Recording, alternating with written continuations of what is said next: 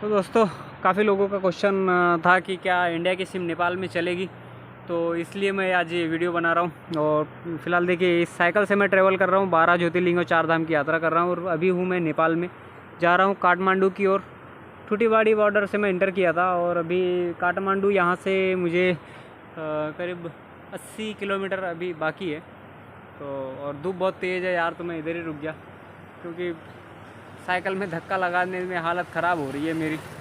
तो मैं ये वीडियो इसलिए बना रहा हूँ कि लोगों का जो सवाल है कि क्या इंडिया के सिम कार्ड जो है वो नेपाल में चलेंगे या नहीं चलेंगे, उनका नेटवर्क नेपाल में मिलेगा या नहीं मिलेगा।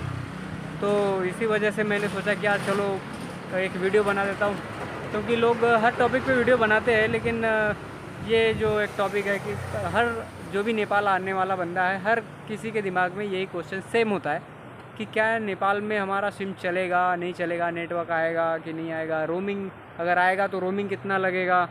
और ये बहुत सारे क्वेश्चन होते हैं। तो मैं चलो इस वीडियो में सारे क्वेश्चन को मैं कोशिश करूँगा कि मैं जवाब दे पाऊँ। तो मैं जब बॉर्डर से मैं एंटर किया तो मुझे भी ऐसा था कि यार जैसा बॉर्डर क्रॉस करूँगा तो मेरा सिम कार्ड नहीं चलेगा, या तो ऐसा कुछ नहीं हुआ। मैं करीब 6 या 7 किलोमीटर अंदर तक जब मैं आया तो उधर मैं एयरटेल का सिम यूज़ कर रहा था। तो मेरा सिम कार्ड जो है इधर 6 या 7 किलोमीटर तक उसका नेटवर्क आ रहा था। और जियो का सिम जो है 4 या 5 किलोमीटर, मतलब लगभग सेम मान लो। तो उससे ज़्यादा जो है अंदर सिम कार्ड चलेगा नहीं। और नेपाल में बॉर्डर एरिया में जैसे आप बॉर्डर क्रॉस करोगे तो आपको सिम मिल जाएगा। सिम कार्ड जो है एक नमस्ते चलता है और एक चलता है एनसेल का। तो मैंने एनसेल का लिया हुआ है। और नमस्ते जो है सेम इंडिया का जो बीएसएनएल है, बीएसएनएल की तरह जो है यहाँ का। और उसमें मैं 599 का रिचार्ज किया था एनसेल में। नमस्ते तो मैं नहीं लिया, थोड़ा सस्ता भी था, डेटा भी उसका सस्ता था, लेकिन उसका नेटवर्क थोड़ा उतना ठीक नहीं है कि जैसा इंडिया में बीएसएनएल है, गवर्नमेंट सिम है, तो उतना उस पर कोई ध्यान देता नहीं है। तो इस वजह से यहाँ पे भी सेम है यार। तो मैं एनसेल का सिम में लेके वहाँ से निकला तो थोड़ा डेटा जो है यहाँ का थोड़ा महंगा है, कॉलिंग महंगा है, डेटा महंगा है। वैसे आप अगर घूमने आ रहे हो तो कहीं ना कहीं होटल, जो जितने भी होटल रेस्टोरेंट दुकान जो भी मिलेगा सब में जो है वाईफाई लगा रखते हैं। तो वाईफाई आप कनेक्ट कर सकते हो, ये फ्री ऑफ कॉस्ट आपको मिल जाता है। कहीं भी आप नाश्ते के लिए रुक रहे हो या खाना खाने के लिए रुक रहे हो या किसी भी कोई भी आप कुछ सामान खरीद रहे हो, तो उस दुकान में आप बोल सकते हो कि क्या वाईफाई मिल जाएगा, तो वो मना नहीं करेंगे।